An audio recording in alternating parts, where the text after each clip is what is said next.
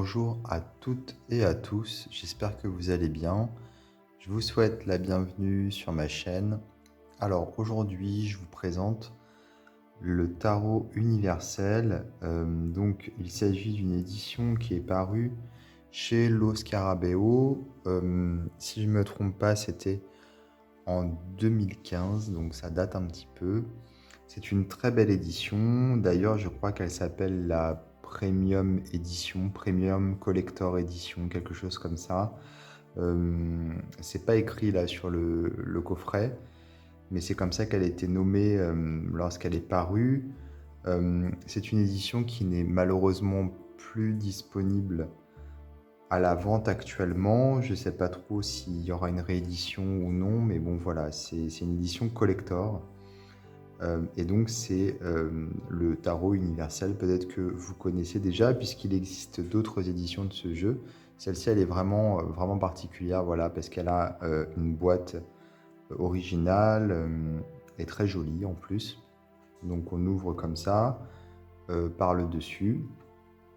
Et puis on a à l'intérieur donc les cartes et le livret, qui est tout argenté également, comme vous pouvez le voir. Alors le créateur, enfin l'illustrateur de ce jeu s'appelle Roberto De Angelis, donc il est italien. Il faut savoir que si vous voulez, c'est un Rider-Waite-Smith qui a été redessiné, modernisé par cet artiste. Voilà, le jeu s'appelle le Tarot Universel, et Lo Scarabeo l'a également sorti sous d'autres éditions, c'est ce que j'expliquais au début. Alors là, le livret, c'est un petit livre en fait, il est en papier glacé, il est en anglais, en italien, en espagnol, en français et en allemand. Bien sûr, en anglais, il y a beaucoup plus d'infos que dans les autres langues, vous allez tout de suite voir. Donc on commence par l'anglais. Ici, donc, on a un texte introductif avec des méthodes de tirage, ou du moins une méthode de tirage qui est proposée. Et ensuite, nous avons donc les arcanes majeures avec ici, tout de suite, vous voyez les cartes qui sont illustrées en couleur. Et pour chaque carte, nous avons une page, en tout cas pour les majeures, avec ici un texte qui va vraiment venir expliquer la symbolique des cartes, c'est-à-dire le choix des illustrations, des couleurs, des symboles. Donc ça, c'est quelque chose d'intéressant parce que ça va nous permettre finalement d'utiliser le jeu tout en comprenant la démarche du créateur. Et ça va aussi nous permettre de mieux mémoriser les cartes, parce que si on sait que telle couleur veut dire telle chose, ou que tel animal sur la carte est là à cause de telle ou telle signification, on va mieux s'en souvenir que voilà, si on a juste la signification de la carte sous forme de mots-clés. Et ici, on a un message donc, qui va un petit peu résumer la signification de la carte. Voilà. Donc ça, c'est en anglais. Vous voyez, on a vraiment beaucoup de texte. Et ensuite, pour les mineurs, on a 2 cartes par page. Donc on a moins de texte, mais tout de même, pour chaque carte, on nous explique également le choix de l'artiste, quoi, tout simplement. Ce que représentent les cartes. Ensuite, on a les cartes de cours. Ici, pareil, on a quand même pas mal de texte. Et là, on est en italien, puis on est ici en espagnol, et voilà, en français.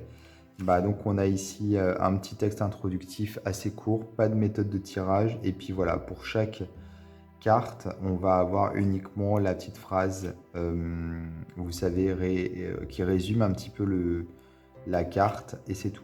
On n'a pas du tout les explications, contrairement au texte en anglais. Donc ça, c'est un petit peu dommage, mais écoutez, c'est souvent comme ça avec les jeux Lo Scarabeo, on a beaucoup plus d'infos en anglais que dans les autres langues. Alors les cartes, les voici. Le dos. Alors les miennes sont gondolées, comme vous pouvez le voir. Un petit peu gondolées.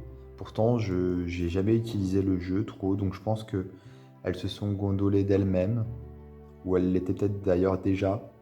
Je sais plus, pour être honnête. Alors, les cartes sont légèrement brillantes, mais vraiment légèrement, c'est pas excessif. Elles n'ont pas exactement la même texture sur le devant que sur le derrière. Alors, sur le devant, elles ont comme un vernis, un film protecteur, c'est ça qui rend le côté un peu brillant. Et à l'arrière, elles ont un toucher plutôt brut, comme si elles n'avaient pas de vernis. Voilà. C'est d'ailleurs peut-être pour ça qu'elles ont, vous voyez, elles ont un peu gondolé. Peut-être à cause de la différence entre le traitement de l'avant et de l'arrière. Honnêtement, je ne pourrais pas vous dire. Elles ont une taille standard.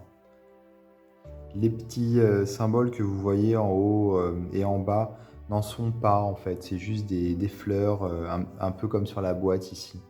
Donc on a, vous savez, petites enluminures, je ne sais pas comment dire, mais voilà. On a ici une bande sur toutes les cartes. C'est un peu surprenant, mais bon, voilà. Et donc voilà, je vais vous montrer donc les cartes une par une. N'hésitez pas en tout cas, si vous le souhaitez, à mettre pause pour bien regarder les cartes et même à faire un zoom si vous le souhaitez. Alors les cartes ne sont pas nommées, comme vous pouvez le voir. Par contre, elles sont numérotées. Il me semble que j'avais déjà présenté une autre édition de ce jeu sur ma chaîne. À confirmer, je suis plus sûr, mais il me semble que oui. Alors voilà, on retrouve bien entendu le Rider-Waite-Smith, sauf que les cartes, les illustrations sont, comme je disais, un peu plus modernes, je trouve, dans le style de l'artiste, parce que on a on a un peu l'impression que c'est des illustrations de bande dessinée, parfois. Donc pour les personnes qui apprécient ce style bande dessinée, je pense que vous allez aimer ce jeu. Voilà, il est un peu plus contemporain, je trouve, dans le traitement de l'image que le Rider-Waite-Smith, on va dire classique. Et il n'est pas non plus exactement, voilà, il n'est pas exactement le même, hein. Il y a des choses qui sont proposées, des choses différentes, des symboles différents, des éléments qui ont été rajoutés, des décors, etc. Donc c'est pas exactement le même. Et ce qui est bien, c'est que dans le livre, ici, en anglais, on nous explique vraiment le choix du créateur, tel ou tel symbole, par exemple, pourquoi, comment.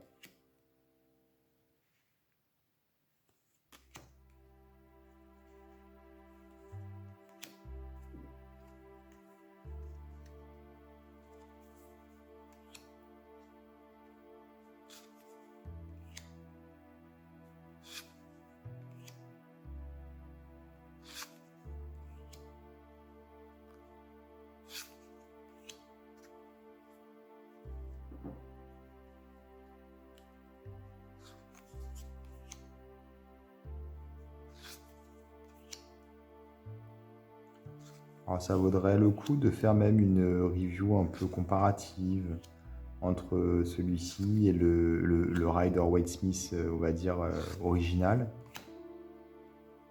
J'aurais même pu le faire, j'y ai pas pensé, pour être honnête.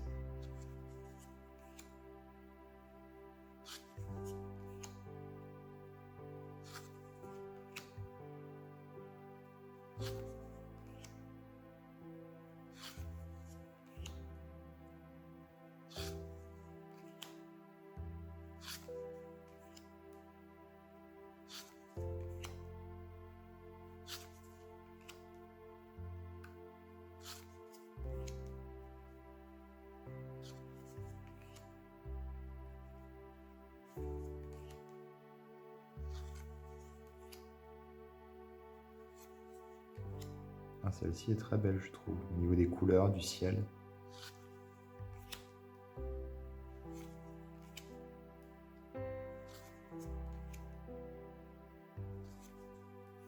Celle-ci aussi, elle a un très beau ciel. En fait, il y a vraiment de jolies couleurs qui sont assez douces en général, je trouve. Ce qui permet cette douceur, en fait, on la retrouve un peu, je trouve, dans le Rider-Waite classique. Donc, c'est ça qui fait aussi que ce jeu a un côté assez classique, bien qu'il soit différent et plus moderne que l'original. En tout cas, c'est ce que je pense.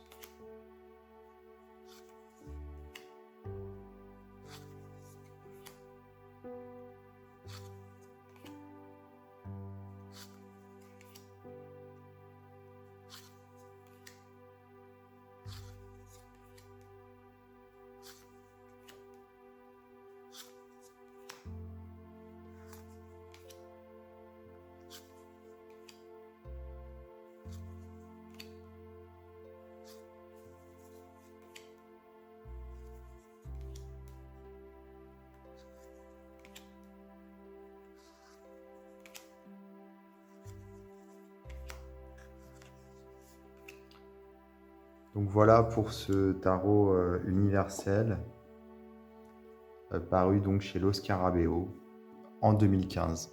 Bah, écoutez, j'espère que cette vidéo vous a plu. Je vous invite à vous abonner à ma chaîne si ce n'est pas déjà fait, à commenter, à liker, à partager, et je vous dis à bientôt pour d'autres vidéos.